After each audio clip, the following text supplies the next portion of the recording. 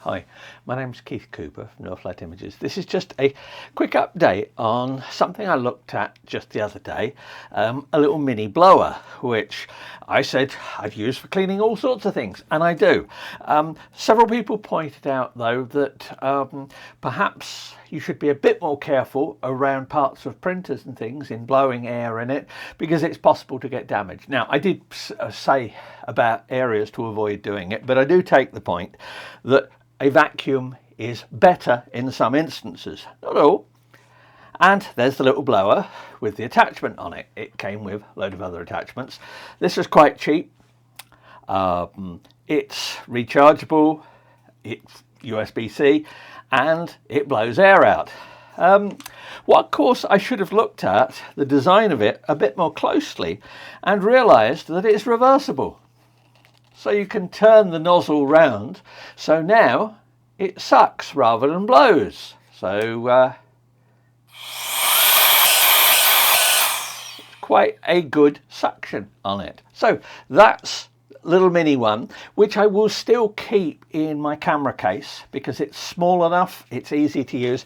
But I thought, right, fair enough, people made good point that a vacuum is better. I'd have a look also see what I could get online, other cheapo stuff, and we are talking the most expensive deluxe version I've got here was under £15. First up, a rather flashier and bigger looking version of this. There we go, that's set. It's got a blower on it. It works the same, noisy just as the other one. Oh, it has a digital display as well that tells you how well charged it is. But here's the important bit. It has a vacuum attachment, and you put that on and you have got a little mini vacuum cleaner.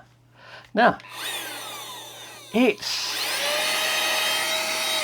not powerful enough to do, to clean the stairs or something like that, but suitably bigger than this one here.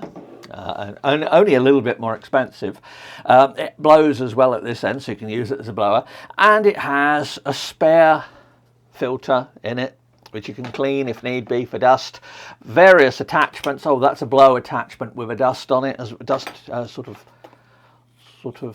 hairy bit on the end of it. So that's a bigger version of it. This one I will use for a more thorough cleaning inside a printer. I do still use a blower on it to get dust off various bits and pieces, but you do want to be careful with them. And I mentioned that there was a deluxe version. Now there's, will that stand up? No, that won't stand up. There's that. I said a bit bigger than that one. This is the one that just turned out to be ridiculously bigger. It has the same sort of battery on it that I have on a power drill. And yeah, it's a lot more powerful. Comes with a similar design attachment to that one there. And there we go. And a separate charger for it. Yeah, that's a bit, this is more for cleaning the car and things like that. But, there we go. Cheapo vacuum cleaners and blowers. Little mini one, and that's the first one I looked at. It's the cheapest, and that's the one which will go in the camera bag.